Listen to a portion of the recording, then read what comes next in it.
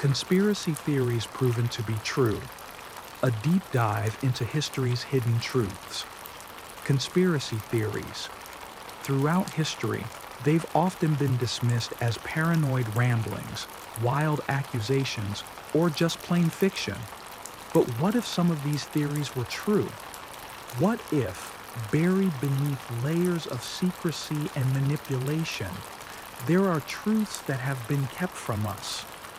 In today's video, we're going to explore a select few conspiracy theories that were once deemed crazy, but have been proven true with hard evidence, testimonies, and official acknowledgments. From government cover-ups to unethical experiments, join us as we uncover the truth behind these remarkable historical events. Our journey begins with one of the most infamous political scandals in American history, Watergate. In the early 1970s, Richard Nixon's administration was accused of orchestrating a break-in at the Democratic National Committee headquarters in the Watergate complex. Initially, this was dismissed as a minor incident, with many calling it just another political smear campaign. But over the course of 2 years, a slow unraveling of evidence proved that what seemed like a conspiracy was, in fact, an elaborate cover-up orchestrated by the highest offices in the U.S. government. The break-in. On June 17, 1972, 5 men were caught trying to wiretap and steal documents from the DNC headquarters. The 5 burglars had ties to Nixon's re-election campaign, which raised questions. But at first, Nixon denied any involvement.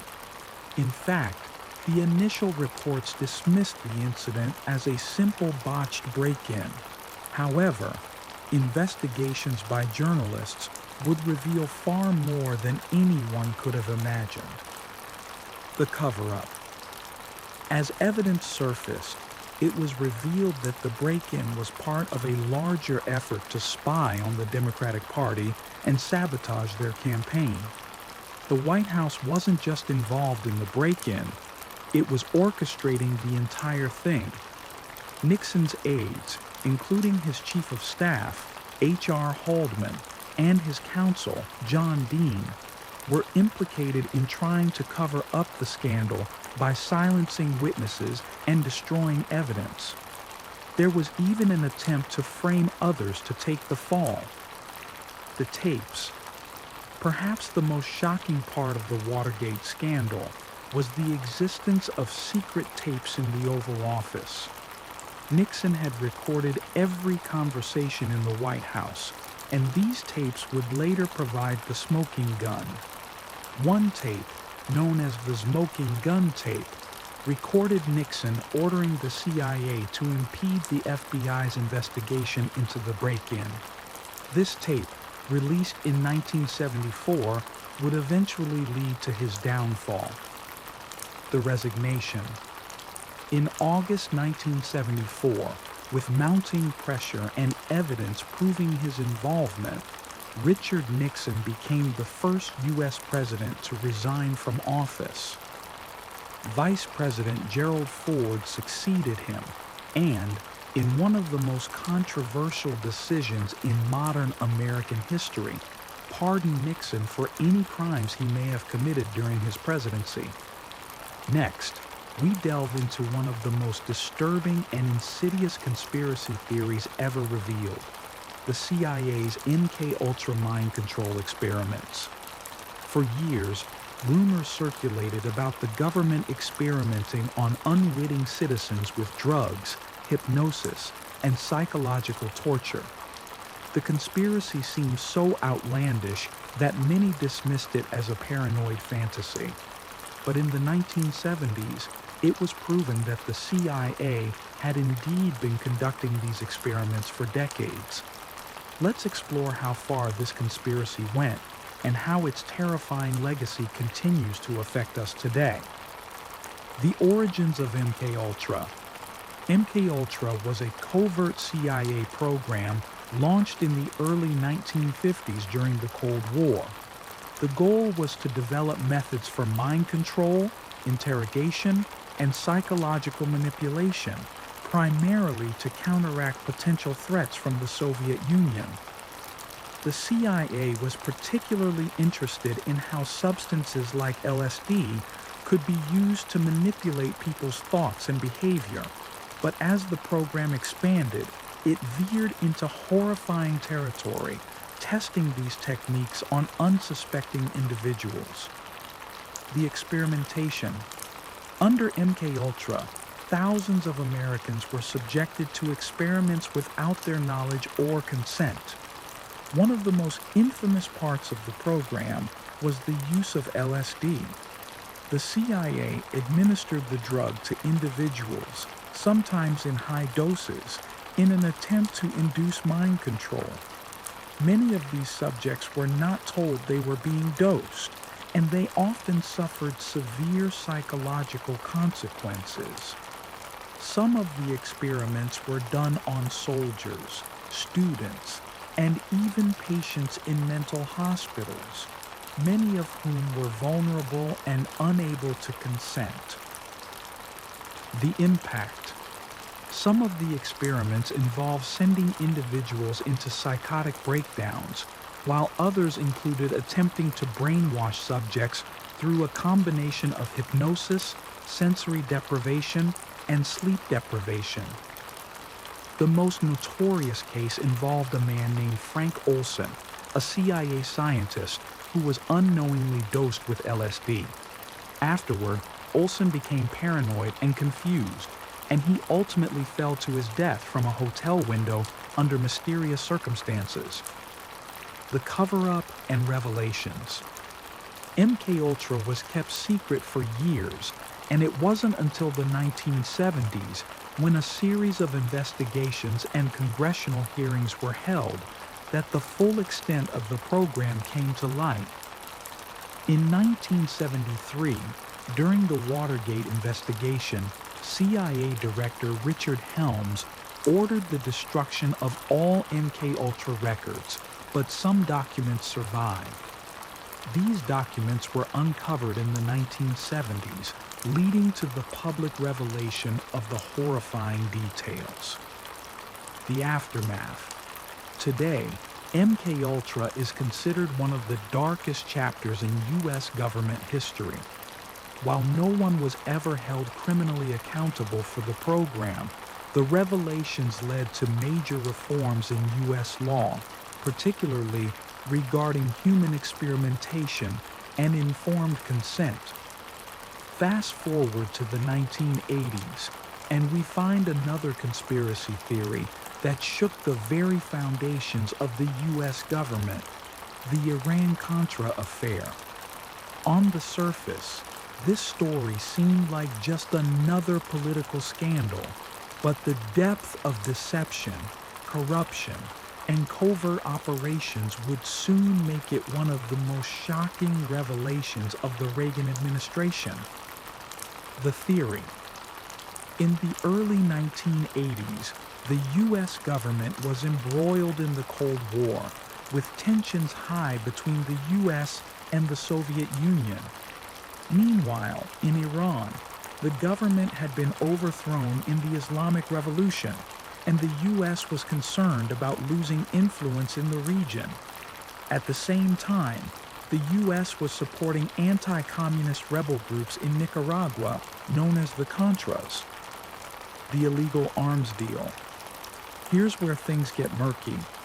The U.S. government, under the Reagan administration, began secretly selling weapons to Iran, despite an arms embargo, in exchange for hostages held by Iranian militants.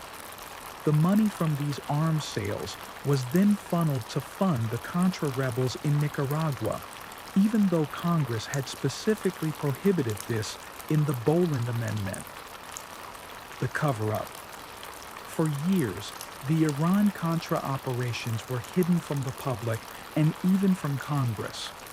But in 1986, a plane carrying Contra fighters was shot down over Nicaragua, and the investigation into the incident uncovered a trail of illegal activity that led straight to the White House. The revelations. By 1987, it became clear that senior officials in the Reagan administration had orchestrated a secret, illegal operation involving arms deals and covert funding of rebels. The scandal involved figures like National Security Advisor John Poindexter and Lieutenant Colonel Oliver North, both of whom were implicated in the conspiracy. In 1987, Oliver North's televised testimony before Congress revealed the full scope of the operation. The fallout. While several individuals were convicted, many of the convictions were overturned on appeal, and the political fallout was significant, but short-lived. Despite the public outrage, the Iran-Contra affair has often been remembered as a dark chapter in U.S. history, highlighting how government officials were willing to break the law to achieve their foreign policy objectives. Finally, we examine one of the most horrifying medical conspiracies in American history, the Tuskegee syphilis study. For 40 years, the U.S. Public Health Service conducted an unethical experiment on African American men in Alabama, leading to a devastating public health scandal that would only be acknowledged decades later. The experiment. In 1932, the Public Health Service began a study on syphilis in Macon County, Alabama, with the aim of observing the progression of the disease. The study was conducted on 399 African American men who had syphilis and 201 men who were healthy. However, the men were never told they had syphilis, nor were they offered treatment. The researchers simply observed the men as their condition worsened, even after penicillin was found to be an effective cure in the 1940s.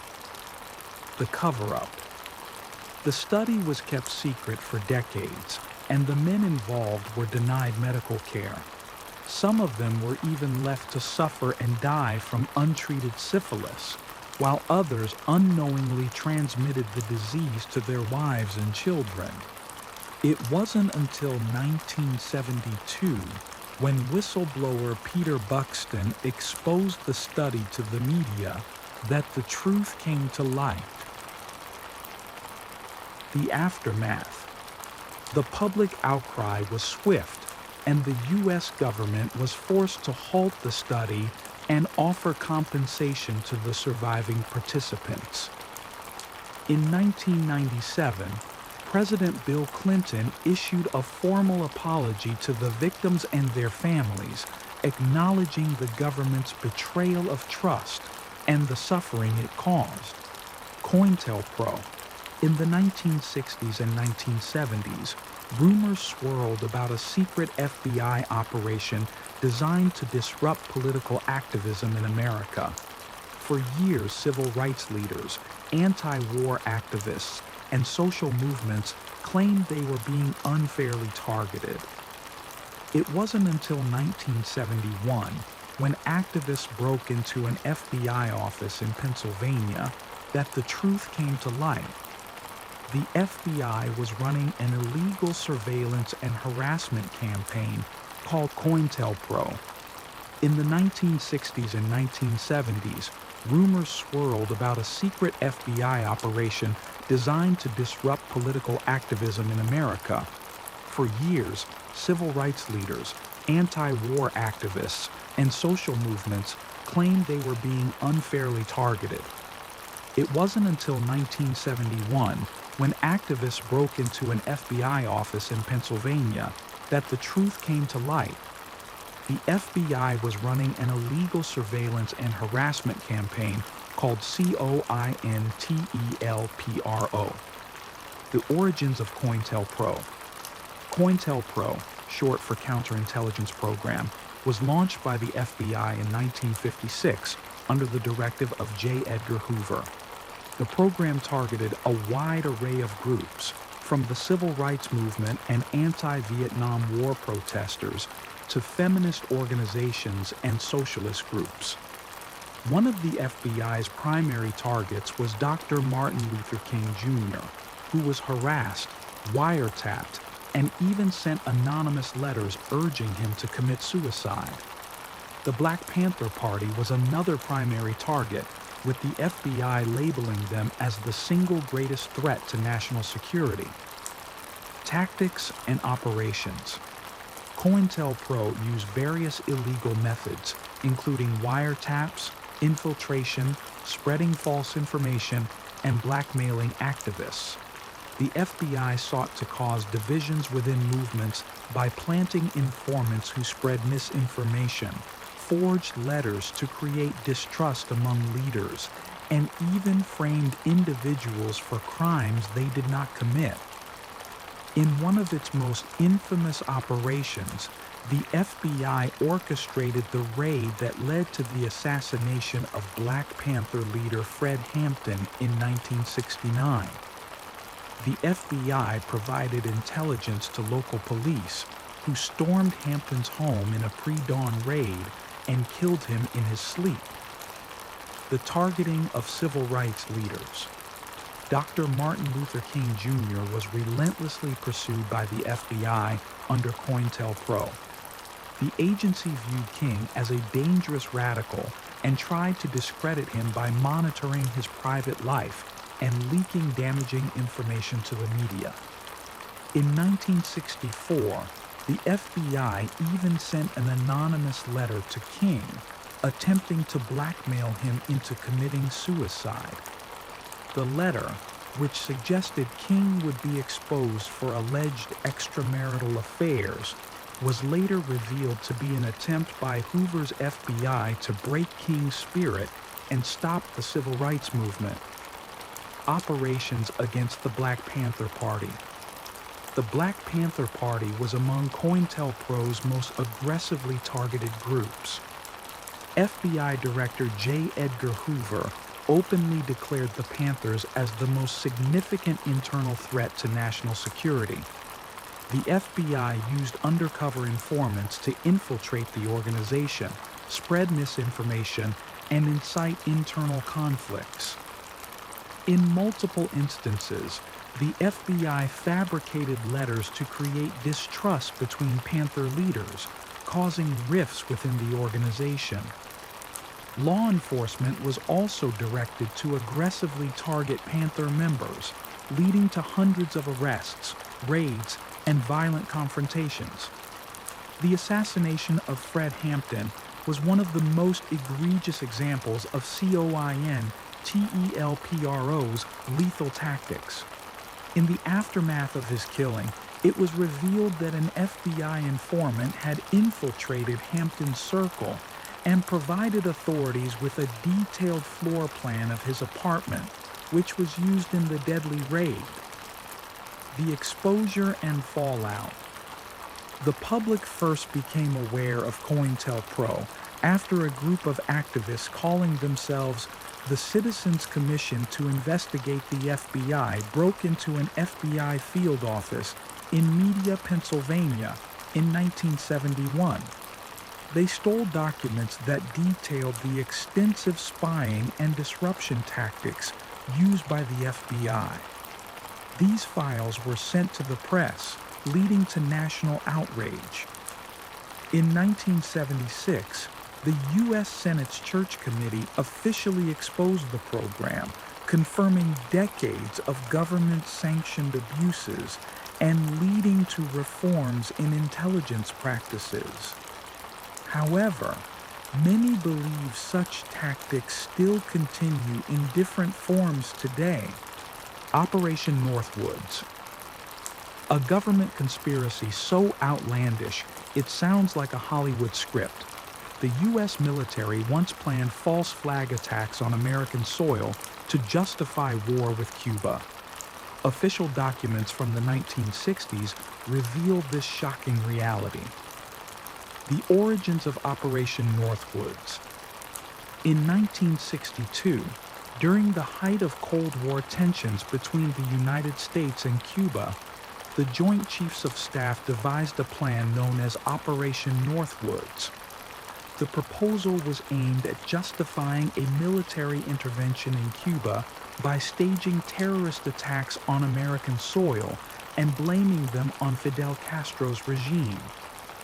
The plan was developed in response to growing fears over Cuba's alignment with the Soviet Union, and officials within the Pentagon believed drastic measures were necessary to sway public opinion in favor of war. The proposed attacks. The declassified documents detail multiple scenarios the U.S. military was willing to consider, including orchestrating bombings in major American cities, causing civilian casualties to blame on Cuban agents, hijacking commercial airliners and replacing them with remotely controlled drones to stage an attack, sinking U.S. Navy ships in the Gulf of Mexico, and framing Cuban forces for the attack, carrying out sniper attacks against civilians and military personnel, later blaming Cuban operatives, staging fake funerals for mock victims to stir public outrage and build war momentum. The rejection of Operation Northwoods. When the proposal was presented to President John F. Kennedy, he was reportedly appalled. Kennedy not only rejected the plan outright, but also became increasingly distrustful of the military and intelligence establishment. His opposition to extreme covert operations like Northwoods contributed to rising tensions between the White House and the Pentagon. Some historians and conspiracy theorists believe that Kennedy's resistance to such black operations played a role in his eventual assassination. The declassification and public reaction. For decades, the American public remained unaware of Operation Northwoods. It wasn't until the late 1990s, when declassified documents were released under the John F. Kennedy Assassination Records Review Board, that the full extent of the proposed operation was revealed. The documents stunned historians and journalists, proving that top military officials had seriously considered deceiving the American people in order to justify war. The revelation fueled broader concerns about false flag operations and government manipulation of public perception in wartime. These conspiracy theories, once dismissed as pure fiction, turned out to be terrifyingly real. They highlight how power can be abused behind closed doors, and how sometimes the most outlandish theories hold more truth than we might like to believe. So the next time you hear a theory that sounds too wild to be true, remember, sometimes the truth is stranger than fiction. Thank you for watching. If you enjoyed this deep dive, don't forget to like, comment, and subscribe for more explorations into the hidden truths of history. Until next time, stay curious.